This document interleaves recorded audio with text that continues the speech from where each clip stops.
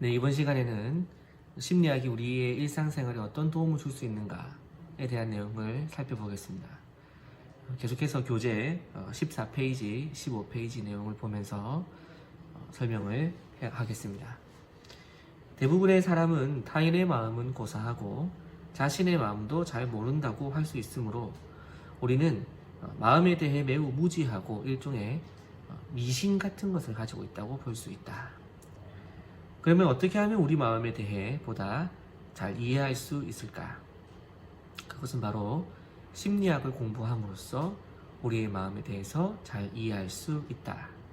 심리학은 지각, 인지, 신경, 발달, 학습, 기억, 성격, 정신이상, 사회심리 등 여러 분야에서 과학적으로 연구된 결과들을 체계적으로 집대성한 것이다. 심리학을 공부하면 자신이 평소에 궁금해하던 많은 문제들이 과학적으로 연구되고 설명되고 있음을 볼 수 있게 되고, 아무리 노력해도 이해되지 않는 다른 사람의 행동들을 이해할 수 있게 된다.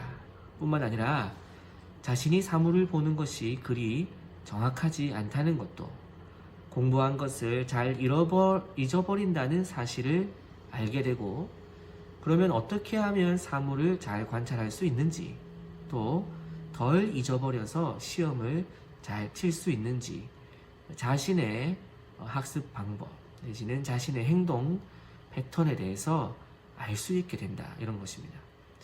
결국 심리학을 공부하는 일반인의 가장 중요한 목적은 자신과 남의 마음을 잘 이해하는 것이다 라는 것입니다.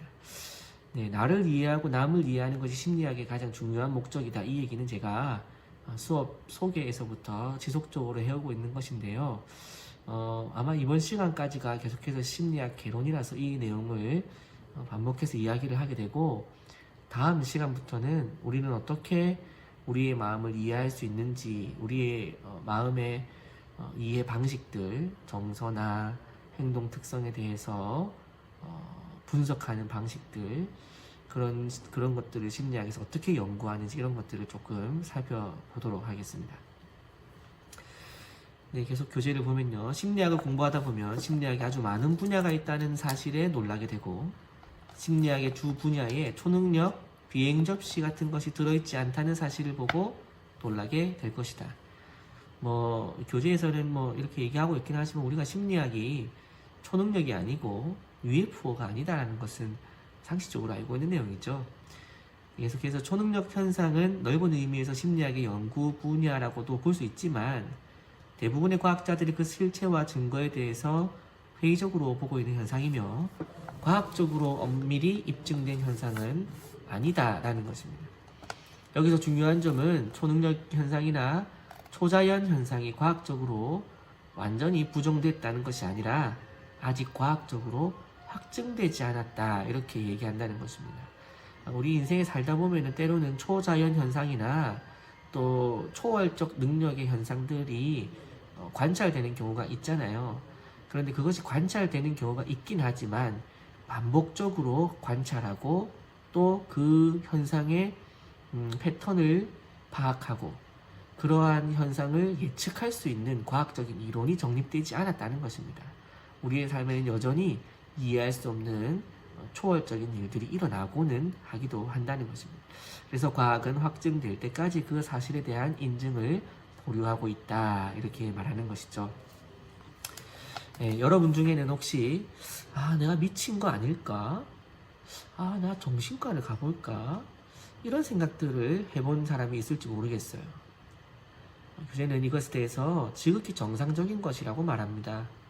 이런 생각을 가끔 하는 사람들에 비해서 나는 완전히 정상이야. 난 절대로 미치지 않아. 난 절대 우울증 걸리지 않아. 난 절대 분노 조절 장애 같은 것이 걸리지 않을 거야. 이런 생각을 하는 사람이 오히려 역설적으로 더 미친 사람에 가깝다, 이렇게 볼 수 있다고도 합니다. 인간의 정신은 아주 다양하고 대부분의 사람들은 약간의 비정상을 가지고 있습니다. 우리는 스스로를 아주 정상적이라고 생각하지만 우리에게는 다 비정상적인 면들이 있다는 거예요. 그래서 자기 스스로가 완벽하다고 생각하는 게 뭡니까? 문제죠. 우리 모두는 자신의 조금씩 있는 문제를 인정하고 나도 이것이 나의 약점이야 이런 것들을 분명하게 인지하고 인정하는 것이 매우 중요하다는 것입니다. 교재는 정상과 비정상은 백지장만큼이나 가까운 것이다 라고 얘기하고 있는 것입니다. 그렇다면 심리학은 어떻게 공부해야 될까요? 책을 열심히 읽어서 이론이나 내용을 외우는 것은 이론이나 내용을 외우는 것이 심리학이 아니라고 합니다.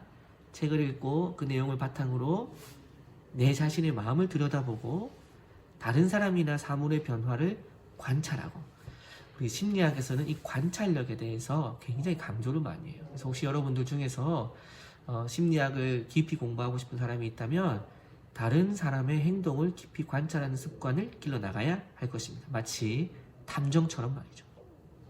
그래서 이런 변화를 관찰하고 이해하는 세 가지가 동시에 수행되어야만 진정한 심리학 공부를 하는 것이다 라고 할 수 있습니다. 그래서 심리학을 공부하다 보면 이런 관찰력 때문에 인터넷 검색은 어떻게 하는 게 좋으며 중요하고 좋은 정보는 어떻게 판단하며 오디오나 TV, 스마트폰은 어떻게 디자인해야 사용하기 편리한지 지식은 어떻게 가르쳐야 하는지 자기 부모나 형제에게 있는 응어리진 마음들은 어떻게 풀어야 되는지에 대한 길이 보인다 이렇게 교재는 이야기하고 있습니다. 나를 이해하고 타인을 이해하다 보면은 인생의 진리를 발견 당연히 할 수 있지 않을까요? 우리에게 참 많은 어려움들이 있는데 그 어려움들은 대부분 내 안에 숨어 있거나 아니면 나와 관계된 사람의 문제일 경우가 많아요. 그래서 심리학 공부를 통해서 나를 이해하고 타인을 잘 이해하다 보면은 우리에게 놓여져 있는 많은 난제들의 해답을 찾아낼 수도 있게 되더라 이 얘기를 하는 것입니다. 심리학은 어려운 학문입니다. 그 이유는 초, 중, 등 교과 과정에서 배우지 않는다는 것 때문이기도 합니다. 그러니까 우리에게 생경한 학문이죠.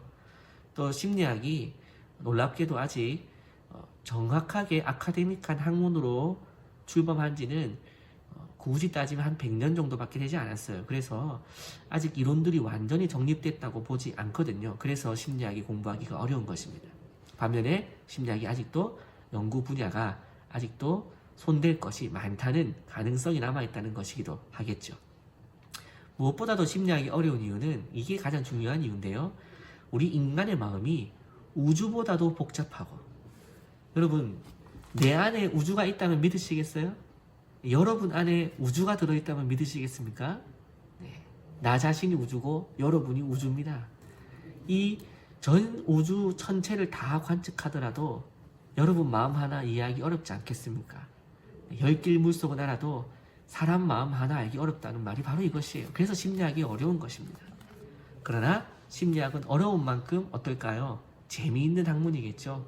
사람을 알아가고 이해하는 것만큼 즐거운 일은 없을 것이에요. 상식적으로 우리가 이해하기 어려운 부분도 있겠지만 대부분 자신의 경험에 비추어 보다 보면은 심리학을 점차 이해해 나가게 될 것입니다. 결국 오늘 교재의 마지막 내용이네요. 심리학을 공부하고 나면 우리는 세상을 보는 새로운 시각의 확장이 일어나게 될 것입니다.